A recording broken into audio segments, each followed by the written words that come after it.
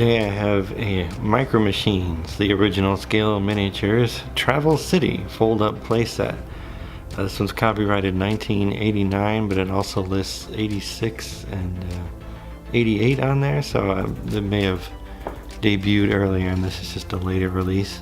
I think if I made a pie chart of how I spent my time growing up, it would probably be Lego, G.I. Joe, Nintendo, and Micro Machines. I had a little tub full of these things and I loved them. So this one is the drive-through fish and chips stand. These are these little cityscapes that fold up to fit in your pocket, as it claims. If I remember right, that's a bit of an exaggeration considering the size of kid pockets. It includes one Micro Machine vehicle and 11 accessory pieces, and they're counting every single small part of this as an accessory piece, if I remember right. The vehicle may vary from that shown, so we'll have to make sure that they stay true on that. So on the back it's got the rest of the foldable Travel City playsets that were available in '89. The battle block, which is the most concerning of them, the battle block is J here, where it's just this militarized area with these giant, like Death Star trench cannons right next to a construction site and the police department here. This Micro Machines is kind of a dystopian future.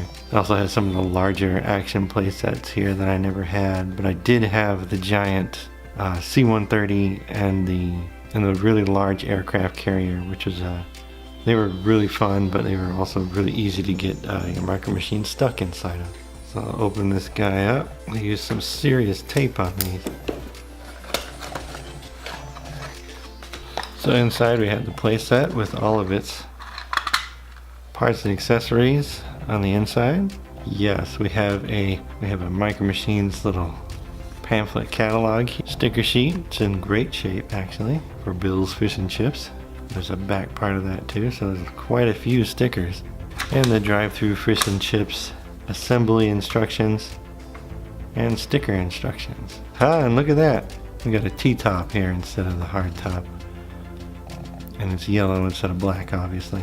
Man, these little things are they're still very satisfying how tiny they are. Little tiny things.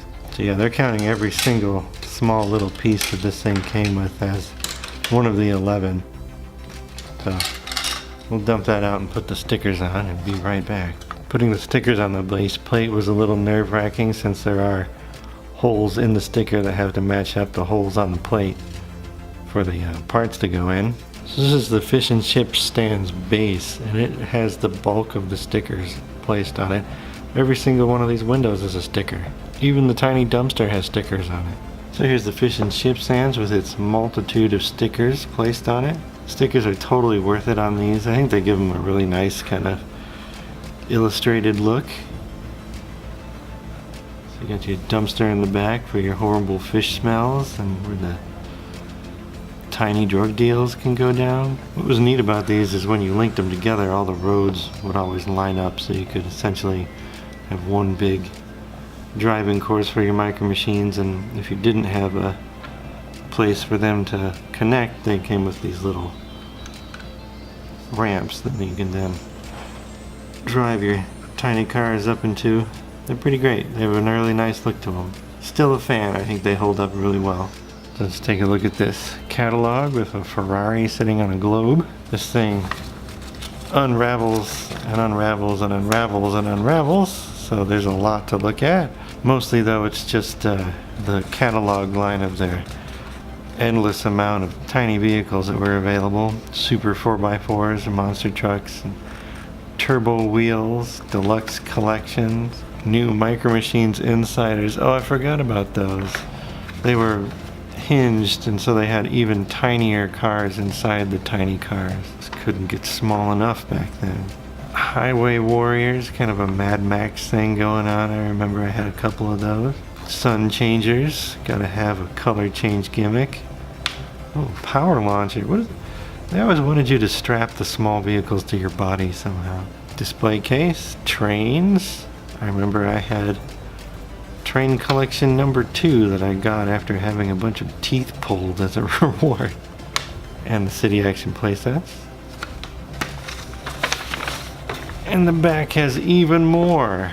Transport helicopters, big rigs, more various playsets. The light up cityscapes. I always wanted one of those. I remember seeing them, but I think they were rather expensive. Collector's case and the toolbox. It was the big mamma jamba of the folding playsets. And here's the aircraft carrier, and it's they call it a C-7 air cargo, but it's a C-130. These were very cool, but like I said, like all these tiny little compartments, you just get cars stuck in there and you'd end up just having to sit there and shake the thing till they fell out. More converting sets, even more converting sets, and race in a case. Looks like slot cars? That's cool. I didn't even know they made those. So there you have Bill's Fish and Chips from 1989's Micro Machines Travel City folding playset. It's held up really well. I think it's still a lot of fun. And I'm still not quite sure how they expected kids to put this in their pocket, but you know, it's a nice sentiment. I am glad that they warned us that it might not be the car that was pictured on the cover, since it wasn't. So I can imagine being a kid, if you made the decision on which one you wanted to pick out and got a different car, it would be pretty upsetting. But Micro Machines was one of my favorites as a kid, so it was neat to get to open one of these and kind of relive that. But as always, thanks very much for watching.